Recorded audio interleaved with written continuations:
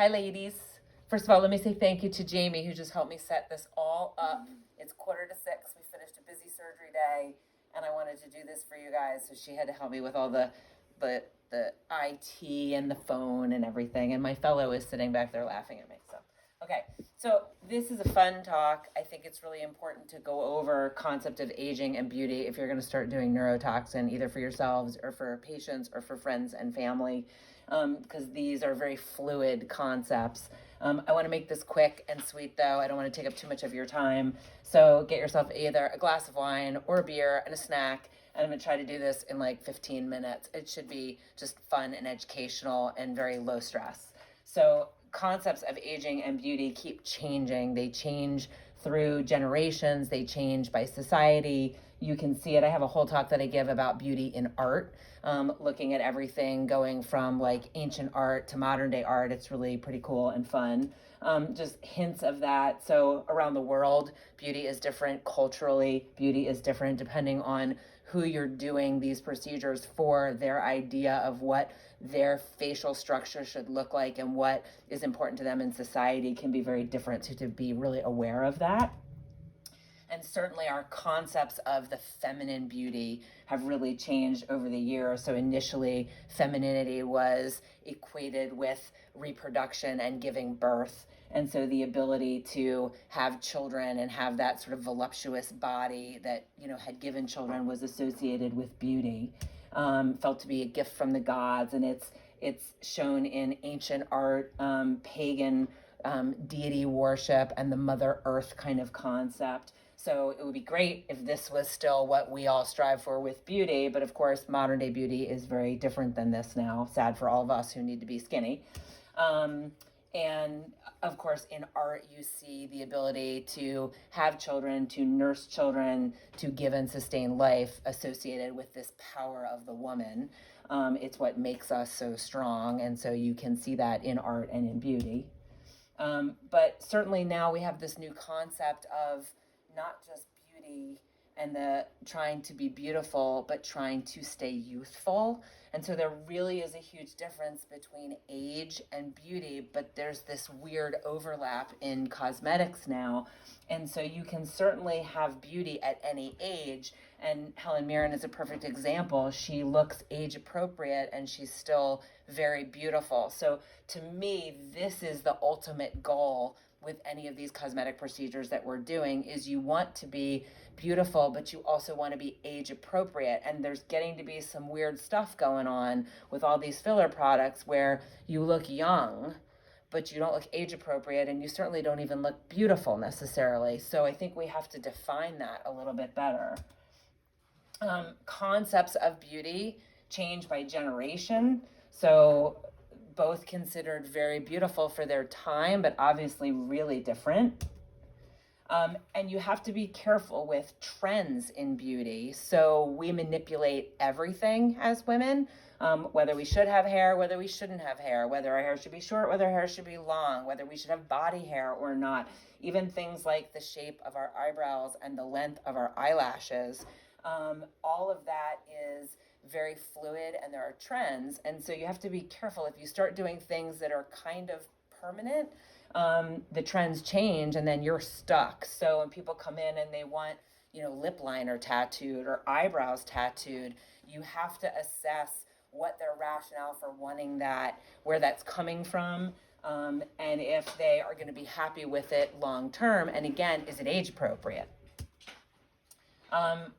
This was considered beautiful in ancient Greece. Nobody in today's world wants to walk around with a unibrow, right? So again, that's where you have to be careful with this stuff. And again, understanding cultural differences in beauty. What one society views as beautiful is not beautiful in another society. And so beauty around the world is really different. Certainly if you have an Asian patient population or you have friends that are Asian, their ideal of beauty is very different from ours, where people here in this country still like to be tan, even though they know it's bad for them because it makes them feel athletic, and you look thinner if you're tan and you look younger if you're tan. In the Asian cultures, They want their skin as white as possible because that's associated with a higher sort of level of society. If you're a farm worker in the Philippines or in Thailand or in Japan or in China, and you're out in the sun all day long getting cooked and your skin is dark, you're felt to be a lower class citizen. So the wealthier women, the women in the cities, they want to be really, really fair. They don't even want to look yellow, and they carry umbrellas and parasols and all of that. So again, having an awareness of culturally what your patients are striving for is really important. And then accepting the fact that we age.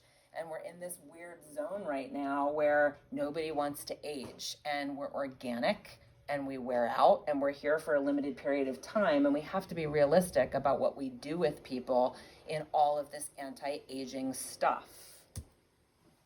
So just quickly, in art and in fashion, what was popular in the 1600s versus what people are wearing today, really, really different. And so styles will change, and so will concepts of beauty.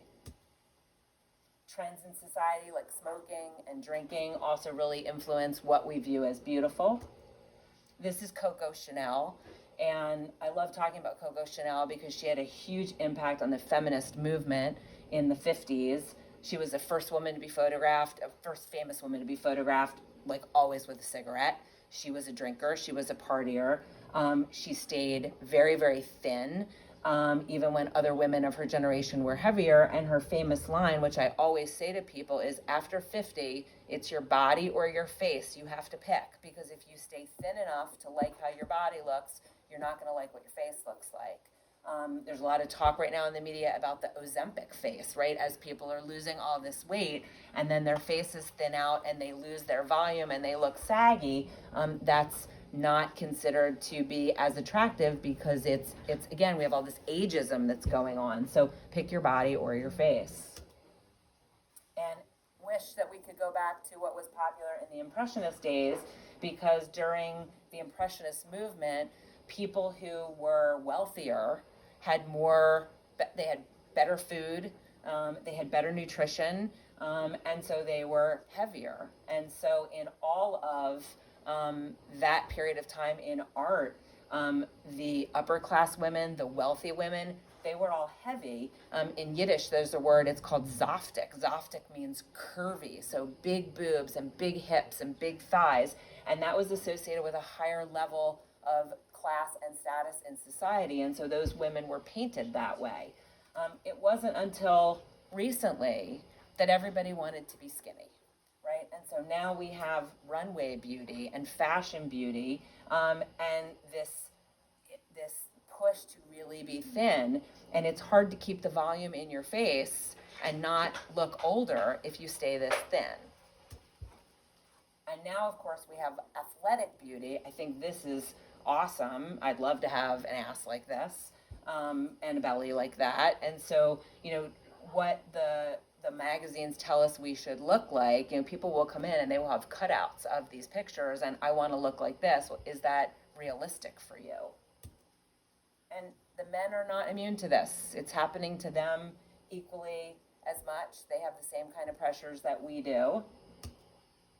And so this is from the dermatology world, the Victoria's Secret Perfect versus the Dove Perfect. And Dove has done a really, really good job of this real beauty campaign. They were the leaders in really changing the body acceptance movement, and now having mannequins in stores that are real sizes and full figured, and underwear and soap commercials where you see real women and not this, which is not sustainable and not realistic for most of us. And then we have the celebrities, and the celebrities really are what we look for in the magazines. This is what's in, this is what we should look like. Marilyn Monroe would be considered obese in our society today, and she would probably wear a size 14, and yet she was the glamour pinup girl. And again, you can be beautiful at any age, and we have to remind our patients that as you age, you want to continue to look like yourself, and you want to be age appropriate with what you're doing with your face. Again, trends in beauty, being aware of that. And this is really interesting when I was doing research for this talk, that your eyebrow shape reveals your personality. Now, I didn't go any deeper than this slide for you guys, but you can tweak brow position with neurotoxin. You can create more arch. You can create more lift at the lateral end of the brow. You can make the medial brow point down more. So you might get a patient who comes in and says, I want my brow to be this shape because that's my personality. I don't know what I would do with that personally, but I just wanted to make you aware that this is out there, and it's on the internet, and you can just Google how your eyebrow shape reveals your personality, and here you go. And you might get patients that come in and hand you this, and you've got to be prepared to handle that if you're doing neurotoxin. Okay, so if your eyebrow shape reveals your personality, what is this? I don't know. I just thought it was funny. This is Twiggy. If you're my age, you know who Twiggy was. If you're younger, you've never heard of Twiggy probably. Twiggy was the precursor to the supermodel, and she was the first really, really skinny, fat, high fashion model in the 60s and into the early 70s. And Twiggy was her nickname. That's obviously not her real name. But she was the first of these high fashion models to be so thin that this is when the concept of beauty and thinness started to really run together. In the 70s, it was Charlie's Angels, and it was a much more natural beauty, natural lips. It's not a great picture, but the long, youthful hair and more of an athletic build. No fake breasts, you'll notice. They didn't have giant boobs. That wasn't an in thing. So they were curvy and they were natural. This is the 80s. When I was a teenager, it was all about the eyebrows. Brooke Shields with the famous thick eyebrow. And then the colors got bolder, blue on the eyes and bright on the lips and bigger lips. Lipstick has been something that changes all through fashion. Cher, when she's young and how beautiful she was, she is still beautiful, even if she's a little crazy. In the 80s, it got all about bright colors and fancy makeup. And then Jennifer Aniston with the hair and the brown tones to the lips and the more natural makeups again. So again, all of this is just about how these trends in beauty really change. And so with modern day beauty, we've got feminine beauty and we've got masculine beauty. And with feminine beauty, we've got a bigger eye, we've got a higher arched brow, we've got a bigger smile, we've got a narrow oval face. So this is sort of the quintessential feminine beauty next to the masculine beauty. Masculine beauty, the eyes are smaller, the eyes are deeper set, the brow is heavier. It's acceptable for them to be a little bit more weathered. It makes them masculine and rugged. So the lines on the forehead, the lines around the eyes, and then of course a chiseled or a square jaw. So you can see how George Clooney's jaw really is quite square. He doesn't have this narrow oval face. So the feminine shape is an oval tapered face, and the masculine face is a more squared off rugged jaw. So what happens to women as they go through menopause and they lose volume in their cheeks is they get a droop, and you start to get a widening at the angle of your jaw, and so your jaw gets more squared off. And that's a very masculinizing feature, which is why when we do neurotoxin in the lower face and fillers in the upper face, we're putting volume back in to create lift and give back this nice feminine oval shape to the face. Another famous couple where I like to show sort of the masculine versus the feminine, the big lips, the show under the eyebrow, the arched brow, as opposed to, look how flat his brow is. It sits really heavy. If you did this to a woman, she would be horribly unhappy with that. She wouldn't be able to get her makeup on. She would feel like her eyebrows were sitting in her eyes, the bigger lips. And what's really interesting, the other thing I read in preparing for this talk for you guys, is that what makes this face attractive from a psychological standpoint for women is that it's not that it's youthful, it's baby-like, it's cherubic. So the full cheek and the big pouty lips is what a newborn baby looks like and an infant. And so the concept is that subconsciously We are drawn to a feminine face that is infant-like because it makes us want to take care of them. Okay? The feminists in the group are cringing at that, but that some of this is societal and ingrained. And what draws men to a face like this is a woman that needs taken care of, needs provided for. I'm shooting a video. Hang on, sorry, Chelsea, one sec.